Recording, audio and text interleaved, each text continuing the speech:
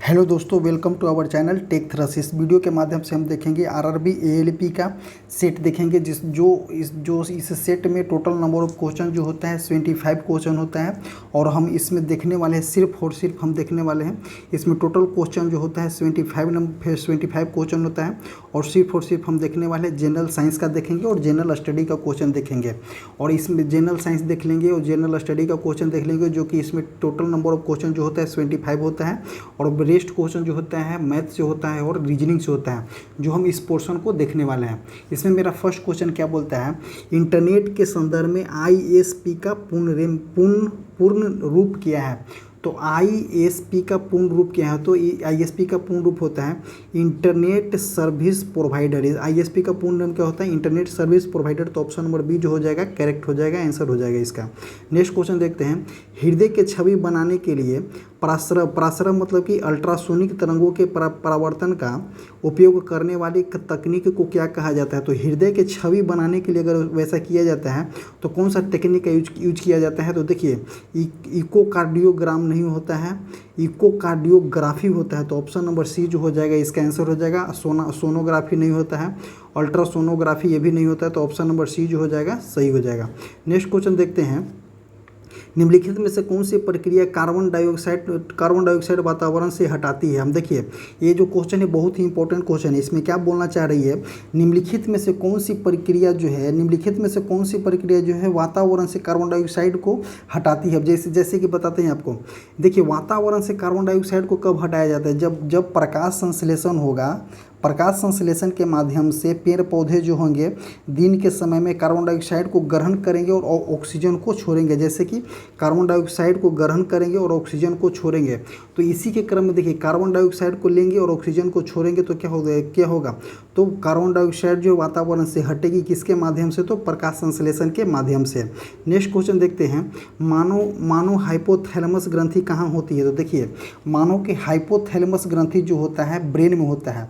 Brain में hypothalamus ग्रंथि का काम क्या होता है, मानव में जो होता है हाइपोथैलेमस ग्रंथि जो होता है दिमाग में होता है, जो कि टेम्परेचर और फील जैसे तापमान वगैरह का ग्रहण करता है, मतलब कि आप क्या बोलते हैं फील करता है, वो क्या होता है मानव के मस्तिष्क में उपस्थित होता है। नेक्स्ट क्वेश्चन देखते हैं, किस प्रक्रिया के द्वारा आहार नली में भोजन जाता है। तब बताइए, अगर किस प्रक्रिया के द्वारा आहार नली में भोजन जाता है तो किसके द्वारा हो जाएगा, पाचन के द्वारा। तो भोजन तो पाचन हो जाता है, निष्कासन मतलब कि बाहर निकालना, तो ये तो होगा नहीं। आत्मा संक्रमण ये भी नहीं हो जाएगा, तो कौन सा हो जाएगा, अंतः ग्रहण के द्वारा जो होता है आहार नली के माध्यम से भोजन हमारा पेट में जाता है, आमाशय में जाता है। नेक्स्ट क्वेश्चन देखेंगे, संकरण विभिन्न संकरणों के विशेषताओं वाले दो पौधे का संचयन किया जाता है। तो एक संकरण में अगर मान लिया जाए कि संकरण किसी पौधों में संकरण किया जाता है तो हमें दो पौधे की जरूरत पड़ेगी। तो इसमें ऑप्शन कौन सा हो जाएगा, ऑप्शन नंबर बी आंसर हो जाएगा। नेक्स्ट क्वेश्चन देखेंगे, निम्नलिखित में कौन सी फोटो जो है फिल्म में इस्तेमाल की जाती है। देखिए, निम्न में से कौन सी धातु जो है फोटो फिल्म में इस्तेमाल किया जाता है। तो मैग्नीशियम नहीं किया जाता है, पारा नहीं किया जाता है, प्लेटिनम नहीं किया जाता। ऑप्शन नंबर बी जो हो जाएगा करेक्ट हो जाएगा। कौन सा, सिल्वर ब्रोमाइड का यूज किया जाता है, सिल्वर ब्रोमाइड का यूज किया जाता है फोटोग्राफी में। और सिल्वर आयोडाइड का यूज किया जाता है कृत्रिम वर्षा कराने में। तो इसमें कौन सा हो जाएगा, रजत जो हो जाएगा आंसर हो जाएगा, रजत आंसर हो जाएगा। हिंदी में सिल्वर को रजत बोला जाता है, तो यही इसका आंसर हो जाएगा। नेक्स्ट देखते हैं, क्लोरीन और आयोडीन। क्लोरीन और आयोडीन जो होता है किसके उदाहरण होते हैं। तो क्लोरीन आयोडीन जो है ये तीनों जो हैं हाइलोजन पीरियोडिक टेबल में 17 ग्रुप के अंतर्गत आते हैं, जो कि हाइलोजन है। तो ऑप्शन नंबर सी इसका करेक्ट हो जाएगा। नेक्स्ट क्वेश्चन देखते हैं, जब लिटमस को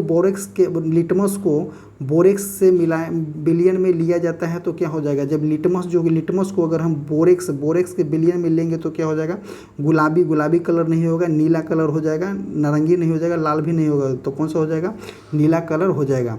नेक्स्ट क्वेश्चन देखते हैं, नेक्स्ट क्वेश्चन, बोर के एटम के मॉडल की अभिधारण के अनुसार क्या होता है, एक इलेक्ट्रॉन ऊर्जा के फोटोन को अवशोषित करता है। ऑप्शन क्या बोल रहे हैं, यह एक कक्ष में रहता है लेकिन तेजी से दोलन करता है, यह प्रकाश ऊर्जा उत्सर्जित करता है, यह भीतरी कक्षा में होता है, यह अगले बाहरी कक्षा में होता है। तो इसका आंसर कौन सा हो जाएगा, आंसर डी हो जाएगा, ऑप्शन नंबर डी।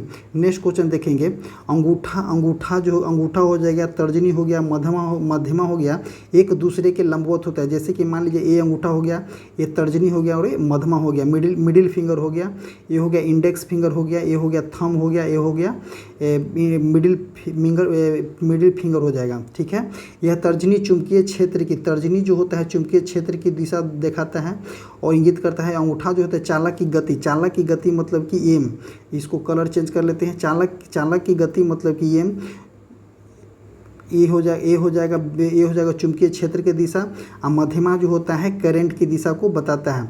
तो बताइए कि किस दिशा को इंगित करता है। तो माध्यमा जो है प्रेरित धारा की दिशा को इंगित करता है, तो क्या कहलाता है। तो अगर बताते हैं फ्लेमिंग के दाएं हाथ के नियम के अनुसार, अगर फ्लेमिंग के दाएं हाथ के नियम के अनुसार, राइट हैंड रूल के अनुसार, ये थंब जो होता है मोशन को बताता है और इंडेक्स फिंगर जो होता है बी जो होता है चुंबकीय क्षेत्र को दिखाता है और मिडिल फिंगर जो होता है तो करंट को दिखाता है। तो किस में हो जाता है, ये हो जाएगा फ्लेमिंग के दाएं हाथ के नियम के अनुसार हो जाएगा। तो देखिए फ्लेमिंग के दाएं हाथ के अंगूठा, फ्लेमिंग के बाएं हाथ का नियम, कॉर्क स्क्रू नियम, फ्लेमिंग के दाएं हाथ का नियम। तो ऑप्शन नंबर डी हो जाएगा और सही हो जाएगा। अब फ्लेमिंग के अगर दाएं हाथ का नियम यूज किया जाता है, लेफ्ट हैंड रूल अगर यूज किया जाता है, लेफ्ट हैंड रूल किसके लिए यूज होता है, तो मोटर के लिए लेफ्ट हैंड रूल यूज होता है। और राइट हैंड रूल की बात किया जाता है तो राइट हैंड रूल वहाँ पे यूज होता है। अगर लेफ्ट हैंड यूज मोटर के लिए हो रहा है तो राइट हैंड किसके लिए यूज होता है, तो जनरेटर के लिए यूज होता है। देखिए कभी कभी ऐसा भी क्वेश्चन पूछने को देखने को मिलता है कि मोटर जो होता है, जो अगर फ्लेमिंग के राइट हैंड रूल जो होता है, फ्लेमिंग का राइट हैंड रूल जो होता है जनरेटर के लिए होता है, अब फ्लेमिंग का जो लेफ्ट हैंड रूल जो होता है वो मोटर के लिए हो जाता है। ये भी कभी कभी देखने को मिला है। नेक्स्ट क्वेश्चन थोड़ा सा बबलिंग, हम इसको अलग से देखेंगे। दर्पण हमेशा वस्तु को एक ऐसी छवि निर्मित करता है जो आभासी होता है। आभासी मतलब कि आभासी होता है, बड़ा होता है और समान आकार का होता है। तो देखिए किस में बनाएगा, दर्पण की वैसा छवि हो जाएगा जो आभासी हो जाएगा, बड़ा हो जाएगा, समान आकार का होगा, तो वैसा हो जाएगा समतल दर्पण में वैसा प्रतिबिंब बनता है। नेक्स्ट क्वेश्चन देखेंगे, हिमीकरण तापमान पर पानी का हिमीकरण तापमान पर पानी का पाइप फट जाता है। ऐसा किस लिए होता है, जैसे ही अगर ठंडा के मौसम में हिमीकरण होता है तो बोलते हैं कि पानी का पाइप फट जाता है। तो ऐसा क्यों होता है, तो पाइप में एक्सपेंशन के कारण ऐसा स्थिति हो जाता है। तो ऑप्शन नंबर ए जो हो जाएगा करेक्ट हो जाएगा। नेक्स्ट क्वेश्चन देखेंगे, वेग में परिवर्तन की दर को क्या कहते हैं। तो देखिए वेग में परिवर्तन की दर को क्या बोलते हैं, वेग v1 - v2 divided by T हो जाएगा। अगर इनके मान लीजिए त्वरण की परिभाषा होता है, वेग में परिवर्तन की दर को क्या कहते हैं, त्वरण कहते हैं। तो ऑप्शन नंबर बी हो जाएगा इसका जो सही हो जाएगा। नेक्स्ट क्वेश्चन देखते हैं, पवन चक्की जो होगा पवन की किस ऊर्जा का उपयोग करती है। तो पवन चक्की कभी भी अगर पवन की गतिज ऊर्जा का उपयोग करता है। तो ऑप्शन नंबर बी जो हो जाएगा इसका सही हो जाएगा। नेक्स्ट क्वेश्चन देखेंगे कौन सा 56 नंबर क्वेश्चन देखेंगे।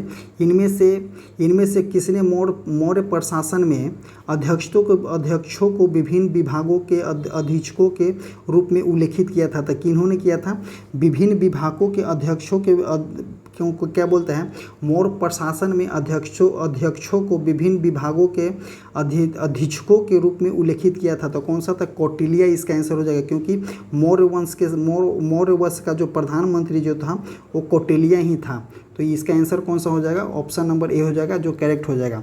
निम्नलिखित में से किस राजा को औरंगजेब ने छत्रपति शिवाजी महाराज के विरुद्ध युद्ध करने के लिए भेजा था। तो किसको भेजा था, तो बहादुर शाह जफर, इसको नहीं भेजा था, आदिल शाह को भी नहीं भेजा था, मान सिंह तो अकबर के टाइम में थे तो उनको वो तो वैसे ही हटा दीजिए। तो इसका आंसर कौन सा हो जाएगा, जय सिंह को भेजा था। औरंगजेब ने जय सिंह को छत्रपति शिवाजी के साथ युद्ध के लिए भेजा था और उन्होंने ही युद्ध के जीता था। और 1665 ईस्वी में पुरंदर की संधि के तहत शिवाजी को कुछ किले जो था मुगल सम्राट को देना हुआ था। नेक्स्ट क्वेश्चन देखेंगे, ये 58 नंबर क्वेश्चन। कांग्रेस के किस अधिवेशन में महात्मा गांधी ने अन्य नेताओं के खिलाफ खिलाफत के साथ साथ स्वराज के समर्थन का असहयोग आंदोलन चलाने के लिए राजी किया था? तब बताइए किस में हो जाएगा? 1920 में। असहयोग आंदोलन कब चालू हुआ था? 1920 में चालू हुआ था। 1920 में कलकत्ता अधिवेशन की अध्यक्षता कौन कर रहे थे? 1920 में कलकत्ता अधिवेशन जो कांग्रेस अधिवेशन की अध्यक्षता जो था कलकत्ता अधिवेशन में किया जा रहा था, उसके कौन थे? उसके अध्यक्ष कौन थे? तो लाला लाजपत राय उसके अध्यक्ष थे, जो कि कलकत्ता अधिवेशन में किया गया था। और उसी के टाइम में 1920 में असहयोग आंदोलन चालू हो गया था। नेक्स्ट क्वेश्चन देखेंगे किसके, तो ऑप्शन नंबर सी इसका आंसर हो जाएगा। नेक्स्ट क्वेश्चन देखेंगे, भारतीय संविधान का अनुच्छेद 29 निम्नलिखित में से कौन सा अधिकार को प्रदान करता है? तो अपराध को दोषी सिद्ध संबंध की सुरक्षा हेतु ये गलत हो जाएगा। मानव जाति के अवैध क्रय विक्रय निषेध, ये भी गलत हो जाएगा।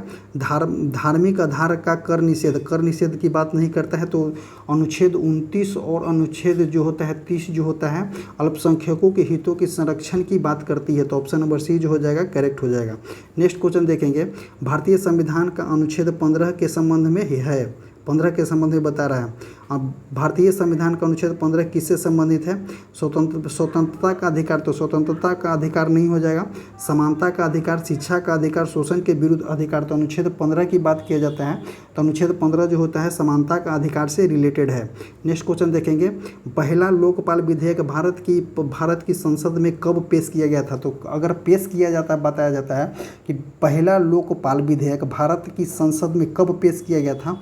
तो 1968 में भारत में सबसे पहले लोकपाल विधेयक जो था पेश किया गया था। लेकिन जो ये जो था लोकसभा से पारित हो गया था, लेकिन राज्यसभा से पारित नहीं हुआ था, जिसके वजह से इसको हटा दिया गया। उसके बाद जो था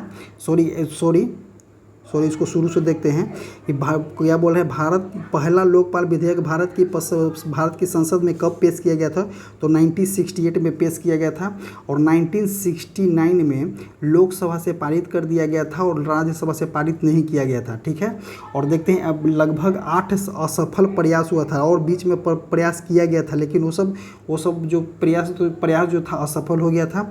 और उसके बाद देखते हैं 2013 में ये जो विधेयक था जो पूरी तरह से पारित हो गया था, और उसी के तरह 2014 में था इसकी मंजूरी प्रदान कर दी गई थी। और जब 2014 में इसकी मंजूरी प्रदान किया गया किसके लिए? तो लोकपाल के लिए 2014 में मंजूरी प्रदान कर दिया गया। और लोकपाल में क्या होता है, एक अध्यक्ष होते हैं और 8 जो होते हैं, 8 जो अधिकतम इसमें 8 सदस्य हो सकते हैं। 8 सदस्य में जो होता है 4 सदस्य जो होते हैं न्यायिक से रिलेटेड होते हैं। और जो 4 सदस्य जो होते हैं, एक सदस्य जो होंगे एससी के लिए हो जाएंगे, एक एसटी के लिए हो जाएंगे, एक ओबीसी के लिए हो जाएंगे, एक अल्पसंख्यक के लिए हो जाएंगे, और एक हो जाते हैं वुमेन के लिए। तो देखिए इसमें अप्रोक्स 4 सदस्य, लगभग 8 सदस्य हो सकते हैं। 50% जो होते हैं न्यायिक से संबंधित सदस्य होते हैं। और जो रेस्ट बच गए एससी कैटेगरी से होंगे, वो एसटी कैटेगरी से हो जाएंगे, वो ओबीसी कैटेगरी से हो जाएंगे, उसके बाद अल्पसंख्यक हो जाएंगे और वुमेन के लिए हो जाएंगे।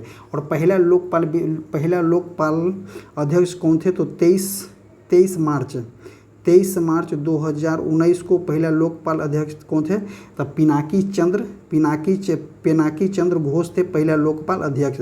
इसका आंसर कौन सा हो जाएगा कि लोकपाल विधेयक भारत के संसद में कब पेश किया गया था? तो 1968 में पेश किया गया था। और 2013 में जाकर के फाइनल पारित हो गया था लोकसभा और राज्यसभा दोनों से। और 2014 में जाकर के इसको मंजूरी मिल गया था। यही है लोकपाल विधेयक का थोड़ा सा ब्रीफ हिस्ट्री। नेक्स्ट क्वेश्चन देखेंगे, किस सक्रिय ज्वालामुखी को भूमध्य सागर का लाइट हाउस कहा जाता है? तो अगर भूमध्य सागर की लाइट हाउस की बात किया जाए तो स्ट्रोम्बली को भूमध्य सागर का लाइट हाउस बोला जाता है, जो कि इटली में है ऐसा ज्वालामुखी। नेक्स्ट क्वेश्चन देखेंगे, नेक्स्ट क्वेश्चन क्या बोल रहा है, हरित क्रांति से संबंधित पूछ रहा है कि हरित क्रांति क्या है। हरित क्रांति से संबंधित पूछ रहा है। हरित क्रांति के संबंध में निम्नलिखित में से कौन सा कथन सही नहीं है, तो कौन सा कथन सही नहीं है बस देखते हैं।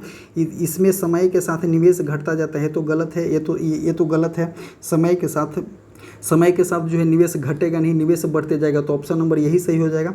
नेक्स्ट ऑप्शन भी देख लेते हैं। इसके लिए खाद और कीटनाशकों की आवश्यकता होती है, तो सही है, आवश्यकता होगी। इसमें फसलों के पैदावार में वृद्धि हो जाएगा, सही है, फसल की पैदावार में वृद्धि हो जाएगा।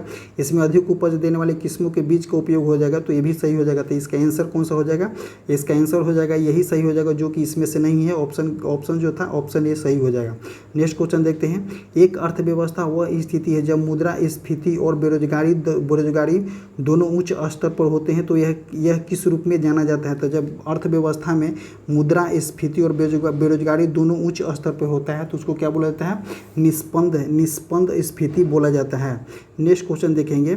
निम्नलिखित में से कौन सा त्यौहार जो है प्रतिवर्ष जनवरी के महीने में मनाया जाता है। तो जनवरी के महीने में मनाने वाला त्यौहार कौन सा है, पोंगल जो है तमिलनाडु में मनाया जाता है, यही इसका आंसर हो जाएगा।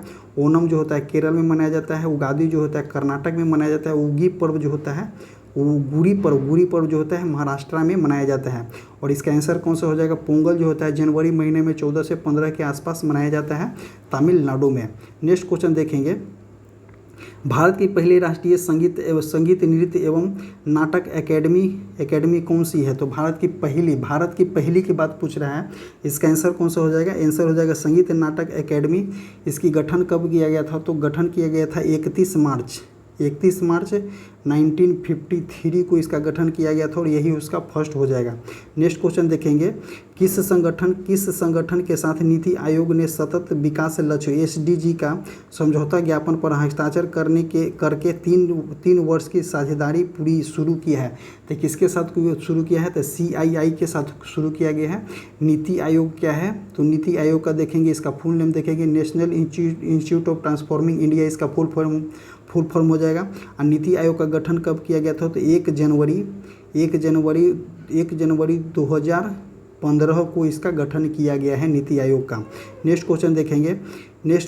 The God of A small thing के लेखक कौन है। The God of A small thing के लेखक कौन है, अरुंधति राय जो हो जाएंगे God of A small thing के लेखक। नेक्स्ट क्वेश्चन देखेंगे। भारत में राष्ट्रीय पंचायती दिवस कब मनाया जाता है। तो भारत में राष्ट्रीय पंचायती दिवस मनाया जाता है 24 अप्रैल को भारत में राष्ट्रीय पंचायती दिवस मनाया जाता है। नेक्स्ट क्वेश्चन देखेंगे।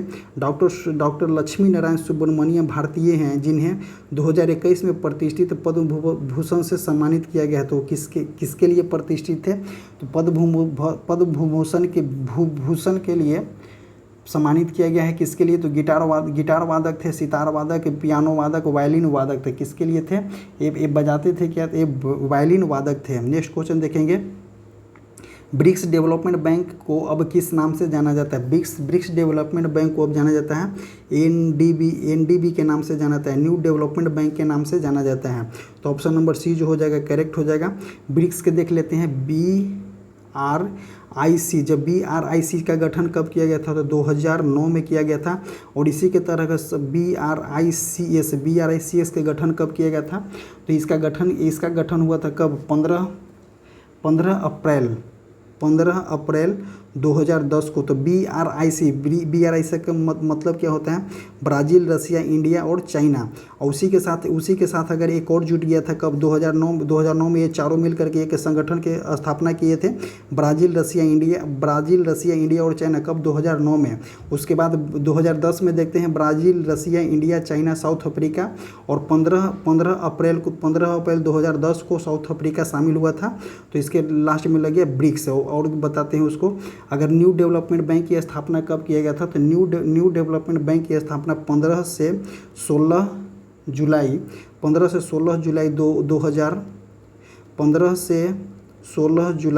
2015 को किया गया। तो 2014 को किया गया था न्यू डेवलपमेंट बैंक की स्थापना। नेक्स्ट क्वेश्चन देखेंगे। बीमर शब्द किस खेल से संबंधित है। अगर बीमर शब्द की बात किया जाए तो बीमर शब्द किस खेल से संबंधित है, तो क्रिकेट से संबंधित है। नेक्स्ट क्वेश्चन देखेंगे। उत्तर पूर्वी क्षेत्रीय भाषा केंद्र, उत्तर पूर्वी की बात किया जाए तो क्षेत्रीय भाषा कहाँ में स्थापित किया गया है, तो गुवाहाटी इसका आंसर हो जाएगा।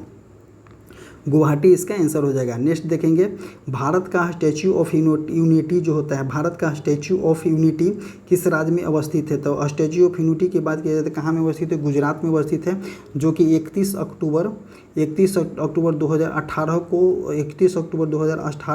को चालू हुआ था। और उसके बाद बता दें कि किनके नाम पे? तो सरदार वल्लभ भाई पटेल के स्टैचू है, नर्मदा नदी के तट पे केवड़िया में है। नेक्स्ट क्वेश्चन देखेंगे कि तमिल भाषा को भारत की शास्त्रीय भाषा घोषित किया गया था। तो कब किया गया था? तो 2004 में तमिल भाषा को भारत की शास्त्रीय भाषा घोषित किया गया था। इसी तरह से ये वीडियो समाप्त होता है। आपको ये वीडियो कैसा लगा कमेंट करके बता सकते हैं। अब हम आपको बता दें कि एक हमारा टेलीग्राम चैनल है, जो कमेंट बॉक्स और डिस्क्रिप्शन बॉक्स में टेलीग्राम का लिंक पिन किया गया है। आप जाइए और वहाँ से जुड़े, और वहाँ रेगुलर बाइज में प्रैक्टिस सेट चलाया जा रहा है। आप जाइए और वहाँ से जुड़िए और अपना बेनिफिट उठाएँ। Thank you.